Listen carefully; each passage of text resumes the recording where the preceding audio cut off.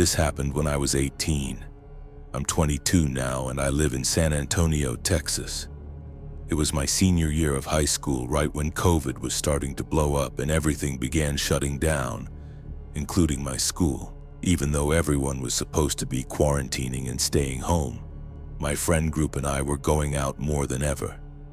There wasn't much to do since all the non-essential businesses were closed, but one thing about me is that I've always loved urban exploring, especially haunted or abandoned places. I still do it to this day. I'm not someone who scares easily. I've had my share of strange experiences, run-ins with homeless people, even a gun pointed at me once. But nothing compared to how odd and creepy this particular experience was. Around that time, I had started talking to a girl from one of my high school classes. Her name was Clarissa. We were still in the early stages of dating, but somehow I convinced her to go explore a wooded natural park at 3:00 a.m. here in San Antonio. The park is called O.P. Schnabel. During the day, it's nice, safe, and scenic, but at night it can be dangerous, and police usually close off the entrances to keep people out. There had even been violent incidents there in the past, including a brutal murder and a shooting years later, which added to its unsettling reputation. Clarissa and I got to the park around 3 a.m. It was pitch black and incredibly creepy. The trees were so dense that they blocked out most of the moonlight. I prefer not to use a flashlight while exploring because it prevents your eyes from adjusting to the dark, and it also makes you visible from far away. So we walked with the lights off, relying on our vision to slowly adjust. We were about 15 to 20 minutes in, walking along the main trail. I didn't plan to stay long because the place felt unusually quiet and tense that night. I knew of a side trail that looped back toward where my truck was parked, so instead of retracing our steps on the main path, I suggested we take that off-road trail to make a full circle. She agreed and we started down it. We had only been on that off-road trail for about 2 minutes when, out of nowhere, a flute began playing. Clarissa and I froze instantly and looked at each other, not saying a word, just listening. Whoever was playing it had perfect rhythm. It sounded like an actual musical piece, almost melodic and controlled. Under normal circumstances, it might have even sounded beautiful. But in that moment, deep in the woods at 3 a.m., it was creepy as hell. As I said, I don't scare easily. At first, I was just listening, trying to figure out what I was hearing. But about 15 seconds into the flute solo, Clarissa started trembling. She was on the verge of crying and whispering prayers, asking God to protect her and forgive her for her sins. That was when I realized how serious and terrifying the situation actually was. The weirdest part was that it was almost impossible to tell where the flute sound was coming from. It seemed like it was coming from the direction of the main trail we just left. Maybe 30 to 50 yards away through the woods, but it kept getting louder and closer until it sounded like it was right on top of us. The sound felt like it was surrounding us rather than coming from one clear direction. Clarissa was too scared to even think, so I knew I had to take charge. It might sound corny, but I told her, "Don't worry, I won't let anything happen to you." Then I suggested we run further down the off-road trail to get away from the sound. So we ran. We sprinted down the trail, adrenaline kicking in. I think the flute stopped playing at some point, but I was too focused on getting us out of there to be sure. We had only made it about 30 feet when suddenly we heard bushes rustling and leaves snapping loudly. Something big dashed across the trail right in front of us. It could have been a deer or some other large animal, but it felt wrong. I could almost sense the size and weight of whatever it was, like the air shifted when it crossed, but I never saw a silhouette or shape. Even stranger, I hadn't heard it approaching, and I didn't hear it running away either. I only heard the exact moment it crossed directly in front of us. The second that happened, we immediately turned around and bolted back the other way, toward where we'd first heard the flute. As soon as we reached that original area again, the flute started playing once more, loud, clear, and seemingly right on top of us. It almost sounded playful, like part of an Irish jig, still perfectly in rhythm, but now it felt like it was closing in on us from every direction at once. At that point, my fight-or-flight instincts fully kicked in. We were basically trapped. Our two options were to run back into the dark off-road trail where that unknown thing had just dashed across our path, or head back to the main trail where the flute, and whoever or whatever was playing it, seemed to be. The off-road trail was darker and surrounded by thicker forest, which made it feel even more dangerous. At least the main trail was a paved path and more open. So I told Clarissa, who was still shaking with fear, that we should run back along the main trail toward the truck. We ran non-stop. The adrenaline was insane. What had taken us about 20 minutes to walk earlier only took around 7 or 8 minutes to jog back. Somewhere along the way, the flute noise finally stopped, though I didn't notice exactly when. On the way back, we passed a random portable toilet near the trail, and I remember being terrified that someone might be hiding inside or behind it. Thankfully, we didn't see anyone. When we reached the parking area, my truck was the only vehicle there near the entrance. We jumped in and I drove away as fast as I could. The next day, I told all my friends what had happened. I searched online to see if anyone else had experienced something similar in those woods. People reported ghosts, cult activity, and strange animal noises, but I couldn't find anything about a soft, rhythmic flute being played deep in the forest at 3 a.m. I tried to come up with logical explanations. There were some houses on the far edge of the woods that eventually led into a neighborhood, but they were miles away. We were fairly deep in the park, and there's no way sound could have traveled that clearly from that distance. The flute sounded close, crisp, and intentional. To this day, I never figured out who was playing it or what dashed across the trail in front of us. Writing this still gives me chills. The more I think about it, the more it feels less like something human and more like something paranormal. I still explore creepy places, but I never really went back into those woods at night again, and I've never experienced anything quite like that since. I'm a 20-year-old guy working at a medium-sized hospital in Northwest Alabama as a pharmacy technician. My shift runs from 6 p.m. to 4 a.m., and part of my job is stocking medications in the surgery rooms. I work 7 nights in a row and then get 7 days off. The 7 straight nights can be exhausting, but that week off afterward feels amazing. I usually work Thursday through Wednesday, and on the 6th night of that stretch, Tuesday, I left a little early so I could stay with my wife at her aunt's house, which was about 30 minutes away from our place. She was babysitting her little cousins while her aunt and uncle were on a trip. The house didn't have any curtains, which made her feel uneasy staying there alone at night. I hadn't gone with her earlier in the week because of my work schedule, and she figured there was no point if I was only going to arrive around 5 a.m. and go straight to sleep. But on her last night babysitting, she felt especially anxious, so I told her I'd come over. She can be stubborn, but she thanked me and seemed much more relaxed once I arrived. Working night shifts for the past 2 years has really taken a toll on me mentally. I've started developing some mild insomnia. That night, after getting to her aunt's house, I simply couldn't fall asleep. This wasn't unusual for me, but I'd never stayed awake for more than about 28 hours before. Even if I wanted to sleep, I couldn't. We had a packed day ahead of us. We needed to drop her cousins off at school, attend a friend's gender reveal party, go grocery shopping since we had no food at home, and I still had to be back at work by 6 p.m. At one point, I fell asleep in the car for less than 10 minutes, but the exhaustion quickly caught up to me. I grabbed a big Red Bull and another energy drink before heading into work. My wife drove me there and planned to pick me up later since my car needed brake repairs, and neither of us trusted me to drive her car after being awake for over 24 hours.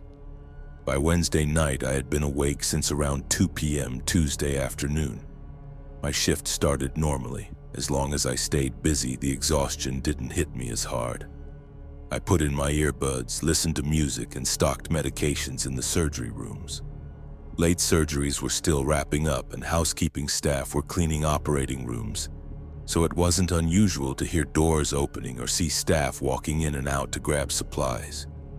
While I was stocking an Omnicell machine with meds, I heard the door behind me open. It made that familiar high-pitched squeal of unoiled hinges, followed by the heavy crash of the door shutting. I turned around expecting to see a nurse or surgeon, but there was no one there. I shrugged it off, assuming someone had opened the door, seen me working, and gone to another room instead. I continued my work and pushed my cart into the next operating room. The light in this room was off.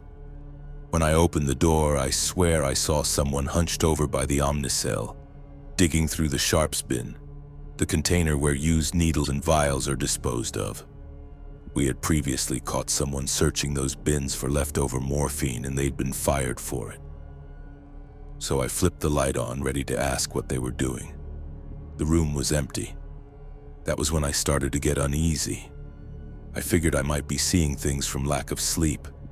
I didn't even know how long you had to be awake before hallucinations started, but I'd been up for a long time. I told myself to calm down and just finish my tasks. After stocking surgery with no other strange occurrences, I headed back to the pharmacy around 2 a.m. Every night we have to deliver patient-specific medications to the nurses' stations on each floor. The hospital floors are laid out the same, 3 elevators in the middle and 2 wings on each side. For example, on the 5th floor, the left side has the 5,100 and 5,200 wings, and the right side has the 5,400 and 5,500 wings, each with rows of patient rooms. Recently, the 5,400 and 5,500 side of the 5th floor had been undergoing remodeling, so those rooms were empty.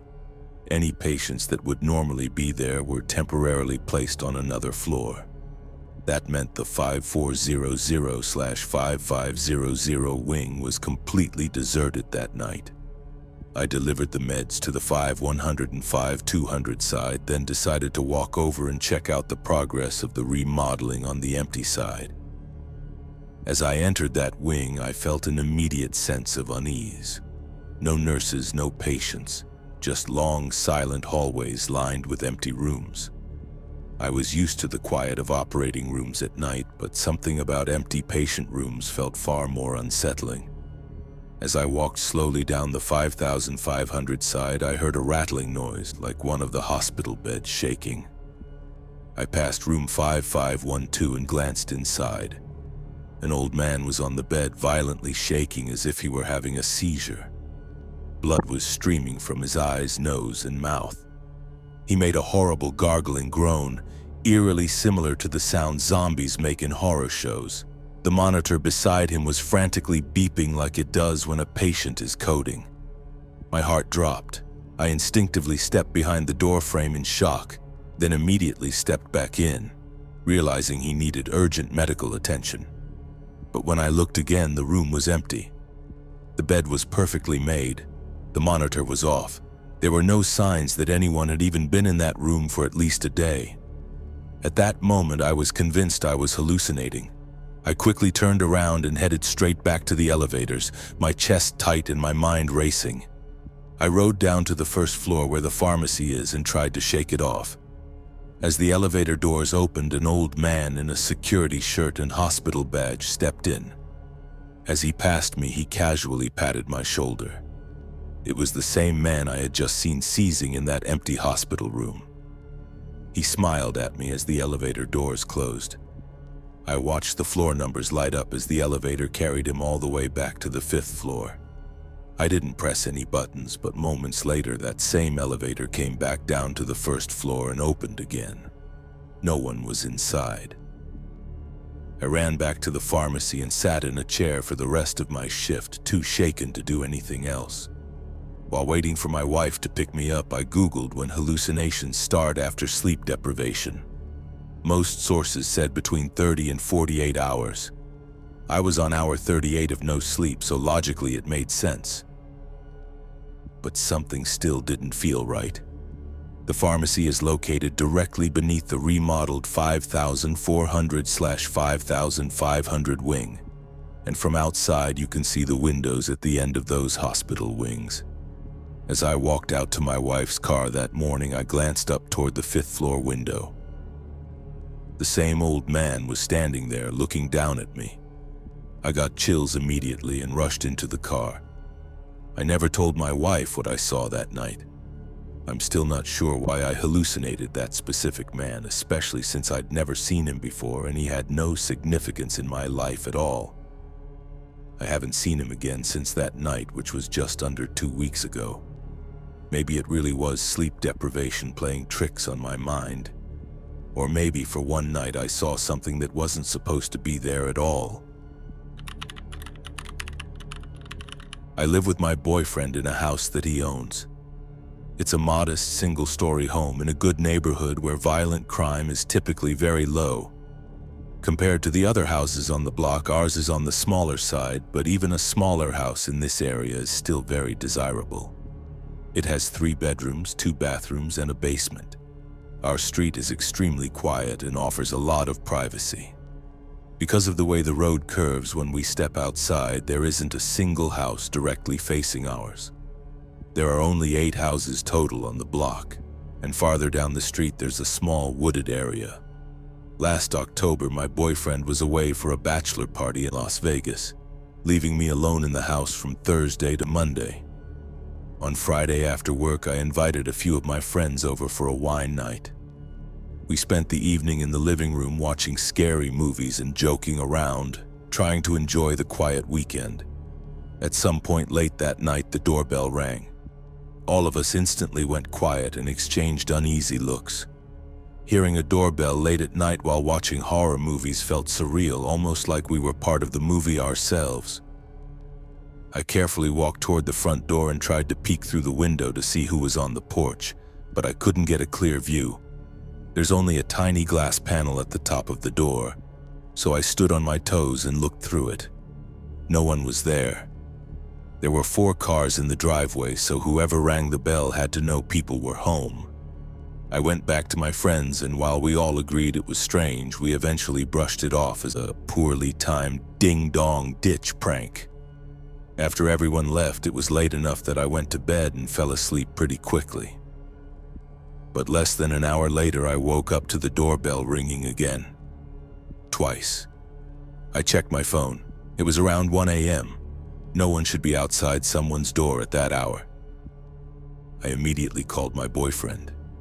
He answered sounding drunk in a loud bar and had to step into a bathroom just to hear me. When I explained what was happening, he told me to stay in the bedroom and not open the door for anyone. He didn't suggest calling the police right away, so I held off for the moment and tried to calm myself down. Just as my heart rate began to slow and I started drifting back towards sleep, I heard a clicking sound from outside. Then suddenly there was a knock on my bedroom window. A male voice whispered, "Hey, anyone home? I need some help out here." Thank God the blinds were closed. I couldn't see him and he couldn't see me. Instead of leaving, he knocked again and said, "I know you're home." That was enough for me. I immediately called the police, whispering the entire time because I had no idea if he was still standing outside the window listening. I reported that someone was trying to break into my house and begged them to come as quickly as possible. Within about 5 to 10 minutes, the doorbell rang again, followed by loud knocks. I cautiously approached the front door and asked who it was. "It's the police," a male voice replied. It sounded different from the man at the window. I peeked through the glass panel and confirmed that there were 2 officers outside. I opened the door and right away the taller officer walked straight inside without even being invited. He said they were responding to my disturbance call. I explained that a man had been lurking around the house, ringing the bell and knocking on my window. I won't dwell too much on this officer, but he was extremely rude and dismissive.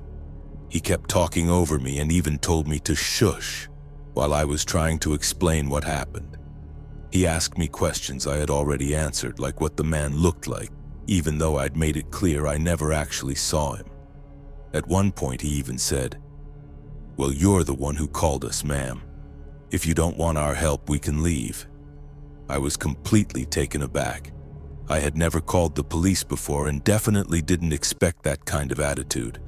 I apologized and told him I was just scared. The two officers walked around the outside of the house with flashlights, doing a quick loop around the property. From the windows, it didn't look like they were searching very thoroughly. After a few minutes, they came back to the door and said there was nothing they could do without cameras or proof that someone had actually tried to commit a crime. Then they left. I didn't feel any safer other than hoping whoever had been outside saw the police arrive and decided to leave. Eventually, I went back to bed, and thankfully, the next time I woke up, it was morning sunlight filtering through the blinds. That Saturday was busy. A friend of mine was hosting a Halloween party that night, and I had offered to help set up earlier in the day. I went grocery shopping, picked up some decorations, and got ready for the party. My costume was Velma from Scooby-Doo, and the friend hosting the party was dressed as Daphne. I arrived at her house around 6 p.m., and the party really picked up around 10:30. I stayed pretty late but didn't drink much, just a couple of beers, so I was fine to drive home. When I got back to the house a little after 1 a.m., the first thing I noticed was a cold draft inside. I set my things down on the dining table and realized one of the windows was open. I walked over to close it, trying to remember why I would have opened it in the first place. After brushing my teeth, I stepped out of the bathroom and froze. The basement door was wide open. I was certain I had left it closed. My heart began to pound as I slowly approached it. That was when I heard it, a faint but consistent clicking sound coming from downstairs. The closer I got to the top of the basement stairs, the louder and clearer the clicking became. Then I reached the top step and looked down into the pitch-black basement. The clicking suddenly stopped. From the darkness below, a voice calmly said, "You're finally home." I slammed the basement door shut instantly, grabbed my phone, and ran outside. I banged on my neighbor's door until he answered, and I stayed with him while I called the police again. Unfortunately, it was the same two officers who showed up. This time, my neighbor stood beside me while I spoke to them, and I think that alone changed the taller officer's attitude. He wasn't nearly as dismissive. They searched the house while we waited in the living room. I pointed out all the possible hiding spots I could think of, and together we basically turned the entire house upside down. No one was found. Still shaken, I packed a bag and went to stay with my sister until my boyfriend came back from his trip. Before leaving, I double-checked every window and locked them tightly. We still live in this house today, but for months afterward, I refused to stay there alone for long periods of time. I still have lingering anxiety from that weekend. Sometimes I wake up in the middle of the night convinced I hear a knock at the window, only to realize it was just another nightmare.